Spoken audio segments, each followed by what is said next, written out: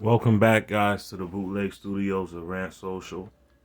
Uh, I've made a few videos where, I'm not so serious, where I'm clowning a little bit, making light of things a little bit, making light of criminal activity. But in this case, I want to talk about something serious that's going on, and I'm going to use Young Thug on it as an example. Now, I've used his name, or not his name, but the name Young Thug in a couple of videos I've put out. And I will continue to use that name as long as he's popular because it fits.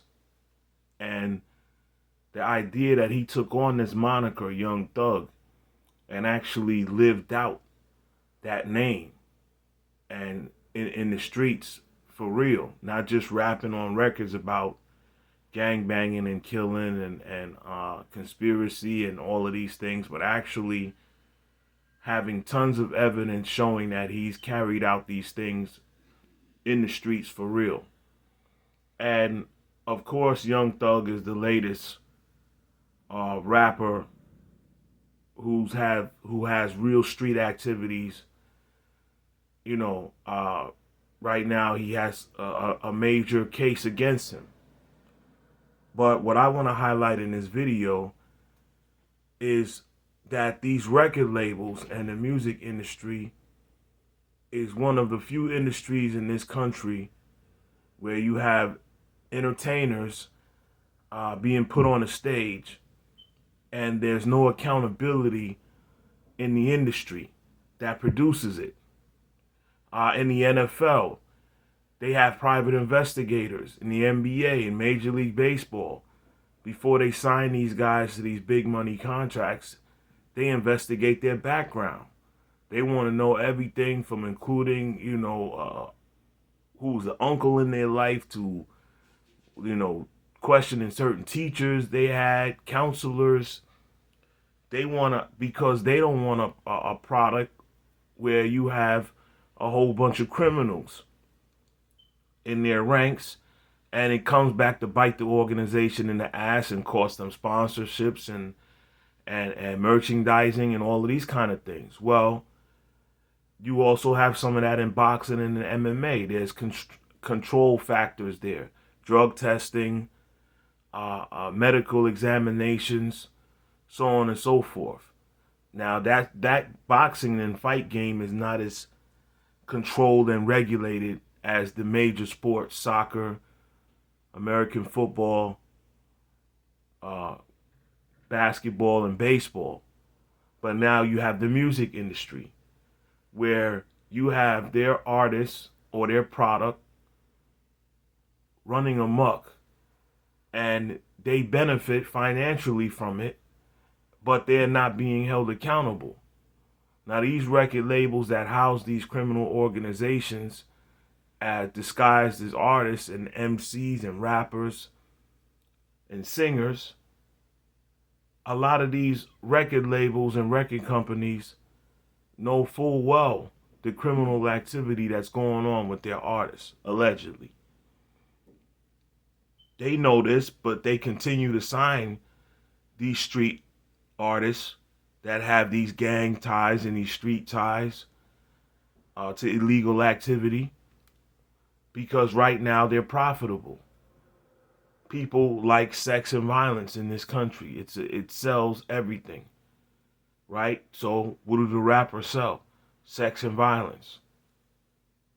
And they benefit from these rappers dying because a lot of them have life insurance policies from their record labels. So when they die, they sell their music off of their death and then they collect off of a life insurance policy.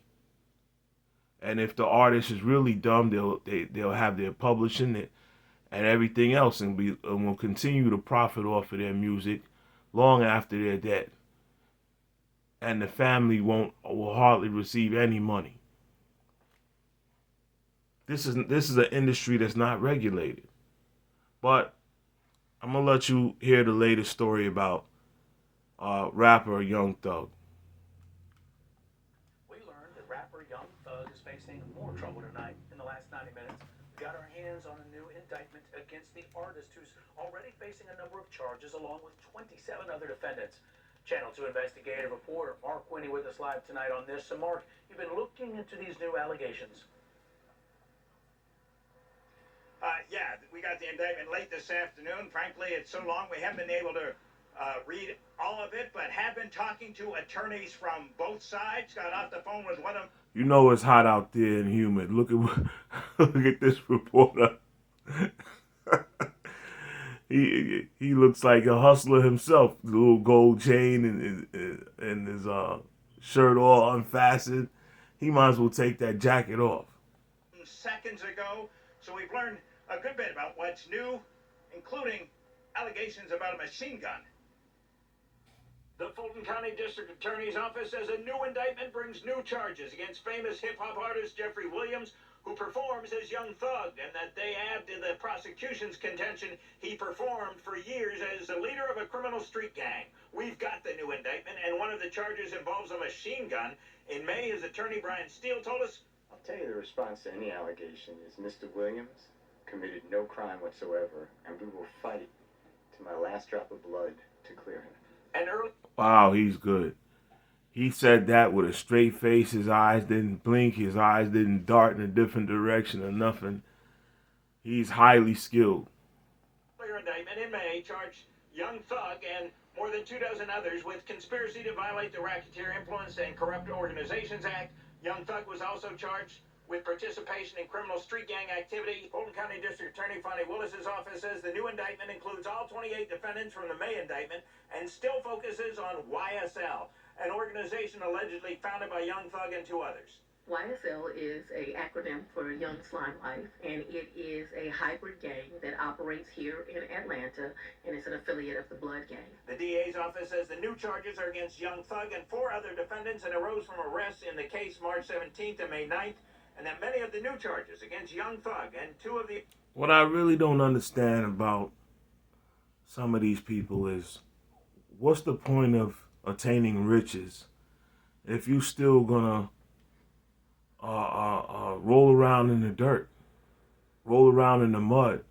You living in a high-class neighborhood, but you gotta have automatic weapons because you're in constant fear of your life. That's the truth of the matter. When you're in the streets like this, you have a target on your head as well, especially the bigger you get. The other defendants stem from what the DA's office and Atlanta police found in Young Thug's home on Allison Drive in Buckhead the night of his arrest in May. A new gang charge, new drug charges, possession of a firearm during the commission of a felony, and possession of a machine gun. Prosecutor Don Geary says the other 2 defendants in the machine gun count, Martinez Arnold, a.k.a. Duke, and Diamante Kendrick, a.k.a. Yak Gotti, have both pled not guilty. a.k.a. Yak Gotti. To the May indictment, as has Williams. Now, I've been working the phones. Defense Attorney Ashley Merchant told me a short while ago she represents Martinez Arnold. She looks forward to litigating this in court. She's confident he won't be convicted of the original charges and he'll be pleading not guilty to the new charges. She says Arnold did not live on Allison Drive. Yak Gotti's attorney, Jay Apt, says his client is looking forward to his day in court, is not guilty of all of these charges, and that he's a triple platinum recording artist who raps about the lives of urban youth, that he's not a criminal. Brian Steele, the attorney for Young Thug, has been consistent in his insistence Young Thug did not commit a crime. Reporting live outside the Fulton County Courthouse, Mark Winnie, Channel 2 Action News. He looked like he needed a sip of lemonade. But yeah, folks, I mean, listen. You know, these record labels got to be held accountable. These record labels have got to be held accountable.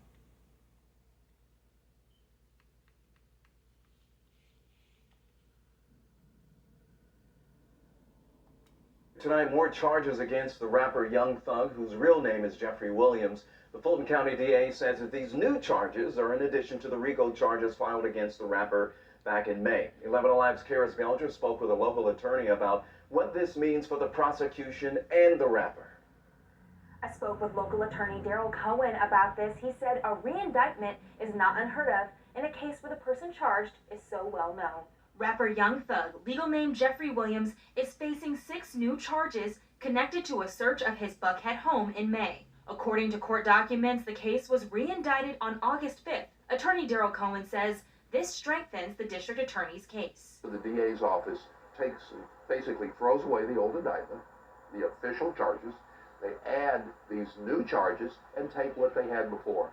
So just think of a room that's closing in on you. The new charges include possession of a machine gun, multiple charges of possession with intent to distribute, and participating in gang activity in addition to RICO charges. The DA's office wants to make absolutely sure that when they go after him, that they've got him, because they don't want the type of pushback that they've been getting. Williams is one of 28 people charged in the case. Investigators believe his YSL label is a criminal gang. He's been in jail since May when a judge denied him bond, deeming him a flight risk. His attorney previously stating there's no foundation for these charges. When I asked Cohen what could be next in this case, he said a trial or... At some point they try to work a deal, we call it plea bargaining, to have maybe some of the charges reduced, maybe some of them combined, and it's not an easy thing to represent. He gonna plead out.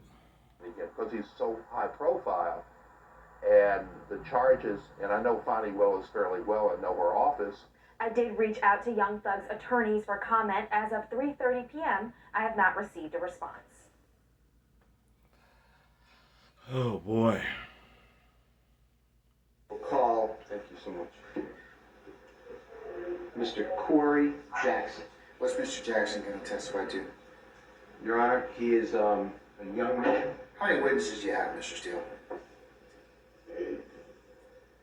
Mr. Steele is Young Thug's attorney.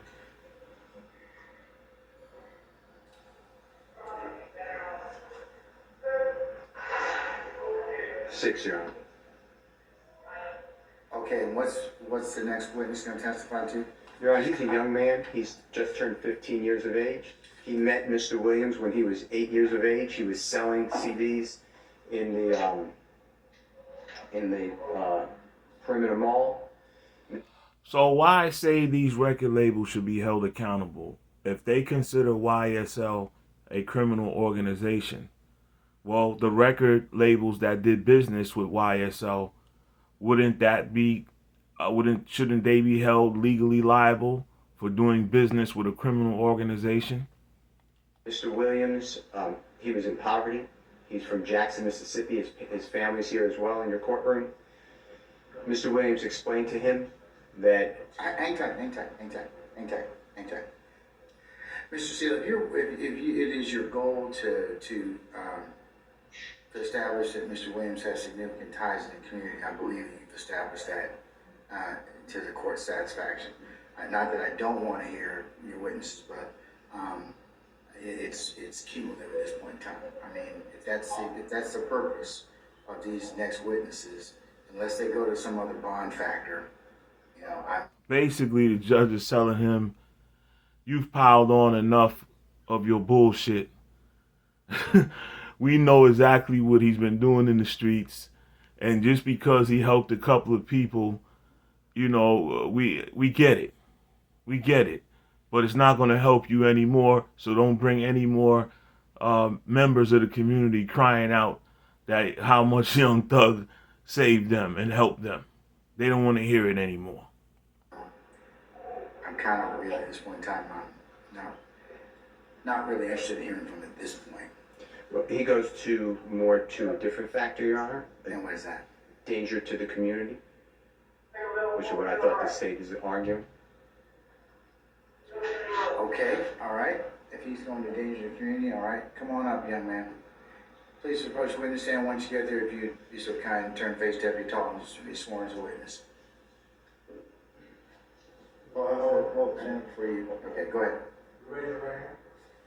You swear in front of the testimony to give the whole truth and nothing but the truth, so Yes, sir. you can take a seat. State and spell your first last name. Corey Jackson, COREYJACKSON. Corey looked like he going to his graduation dance. Thank you. Good afternoon to you. It's up to the court, and it's also up to you if you want to take off your mask with the Honorable Court's permission. If you want to keep it on, you absolutely keep it on. Okay, Your choice, young man. I'd like to take it off then.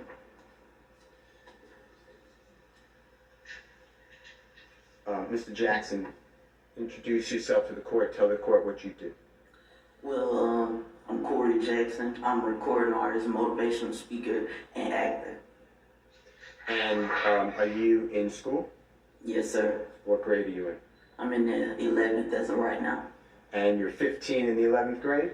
Yes, sir. How did you do that?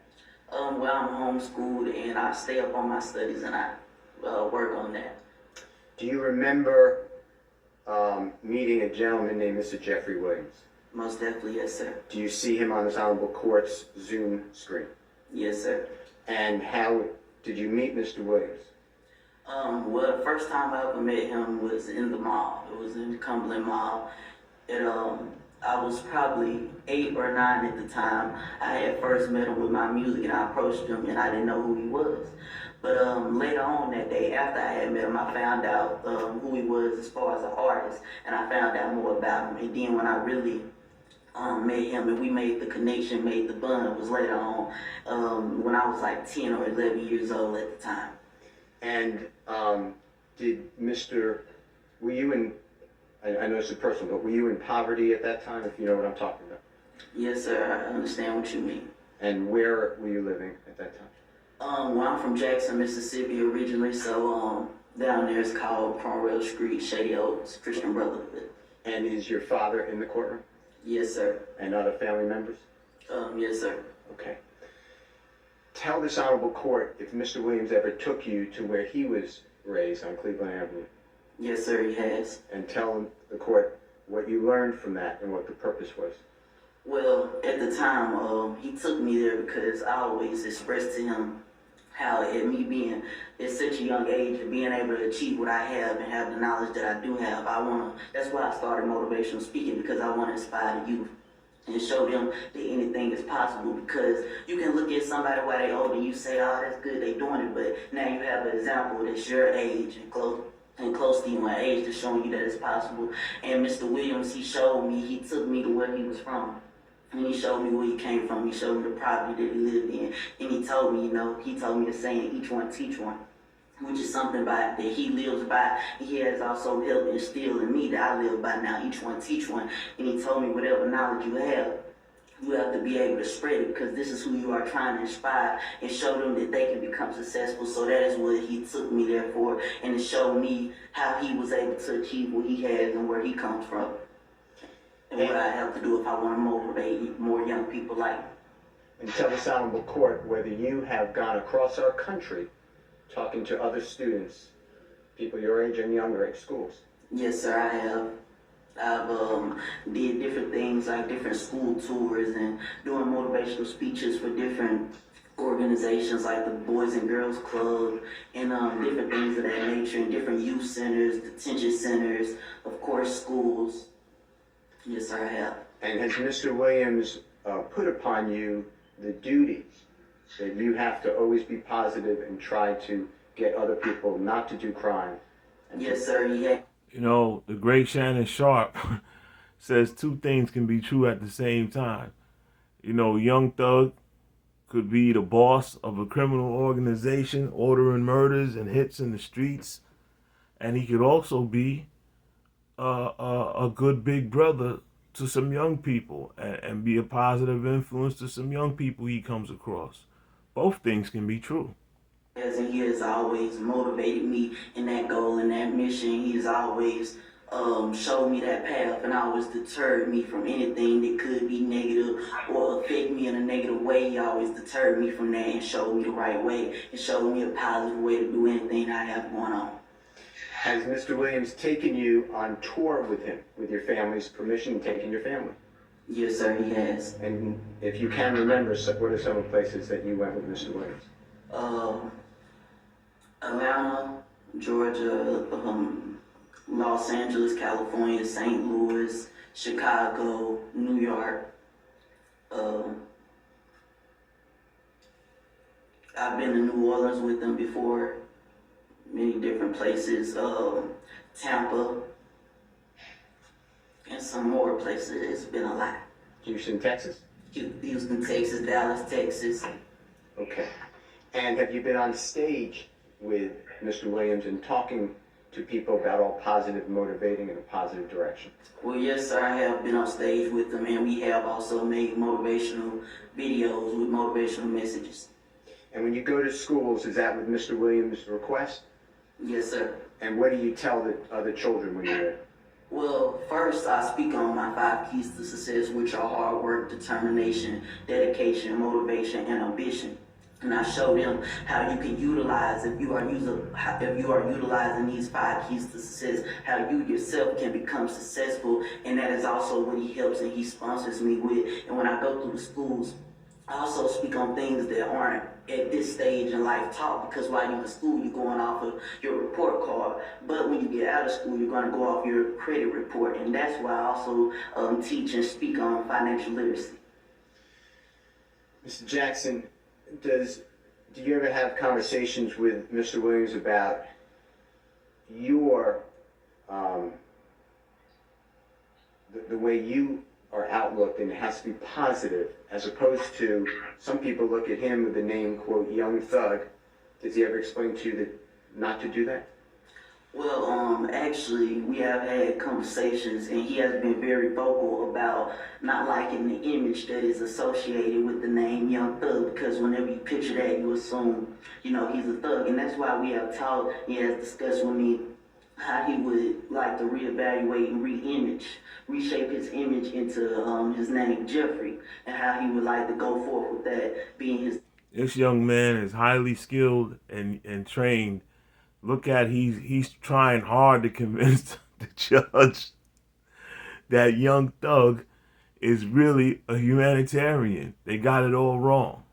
Name, and that's what people associate with him, Jeffrey, instead of the image of Young Thug. Is it Mr. Williams' communications with you that he wishes that people do not do drugs or alcohol or be a danger to the community? Yes, sir. He has expressed that to me, and he has also expressed that to many others. And does he use you as a lightning rod to express it to other people? Yes, sir. He has, and he still does. What is YS? Are you a member of YSL? Well, I'm not signed to the label on papers. What is YSL to you? Well, to me, YSL is a family. To me, YSL is, ever since I first met him, it's been all love, all respect, and it has been pure. And for me, when we spoke on it, other than, the name of the label, Young Stoner Life Records, I told him my YSL means Young Successful Life, because that's something that he has created. He is a young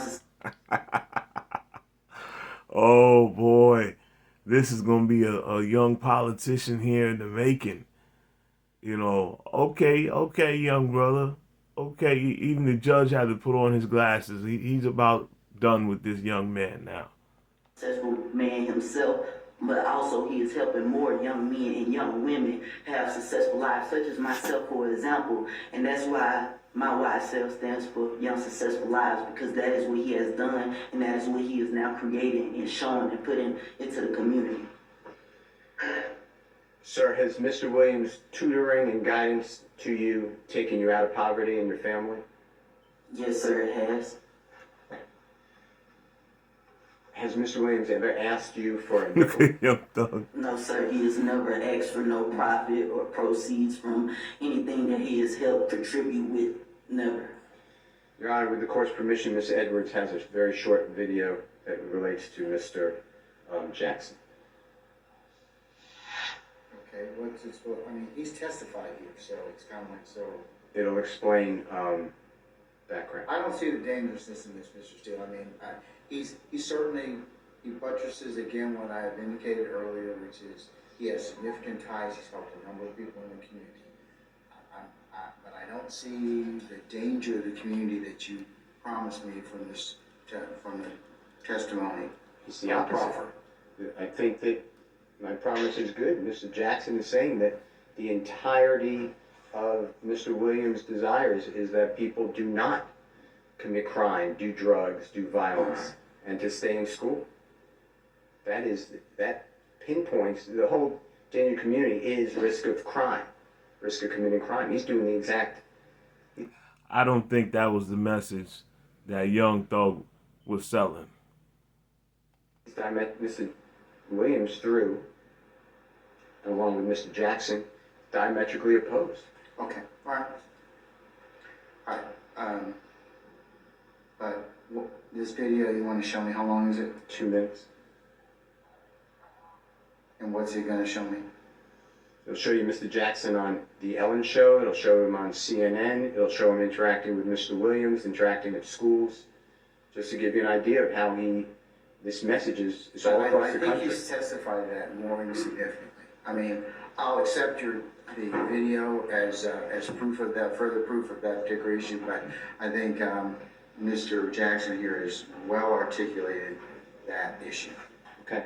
Okay. And I have no other questions for Miss. I want to thank you so much for being here. Thank you, sir, and thank you, Your Honor, for allowing me the time to come and speak. Oh, you're very welcome, young man.